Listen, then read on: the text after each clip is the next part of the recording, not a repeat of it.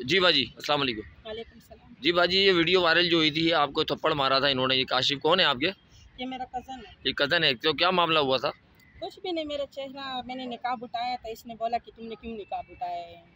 ठीक है, तो उसके ऊपर इन्होंने थप्पड़ मार दिया आपको? थप्पड़ मारा, कह रहे थे कि मोबाइल दे दो, मैंने बोला मैं नहीं दे रहा हूँ। तो अभी आप क्या चाहती हैं कि अभी ये गाड़ी पुलिस ने पकड़ ली है और इनके खिलाफ जो है एडिशनल आई साहब ने जो है ये गाड़ी कल रात को पकड़ी गई है?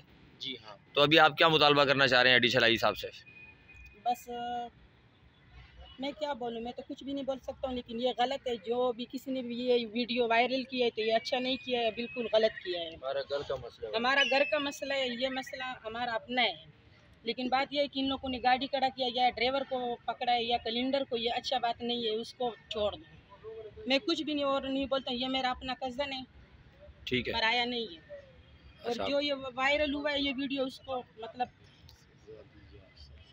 जिसने भी दिया है उसको सज़ा चाहिए, क्योंकि गलत है ना। पहला बंदा पूछते हैं, उसके बाद काम करते हैं। इन लोगों ने पूछा नहीं, इन लोगों ने एकदम वीडियो को वायरल किया। चलो शुक्रिया।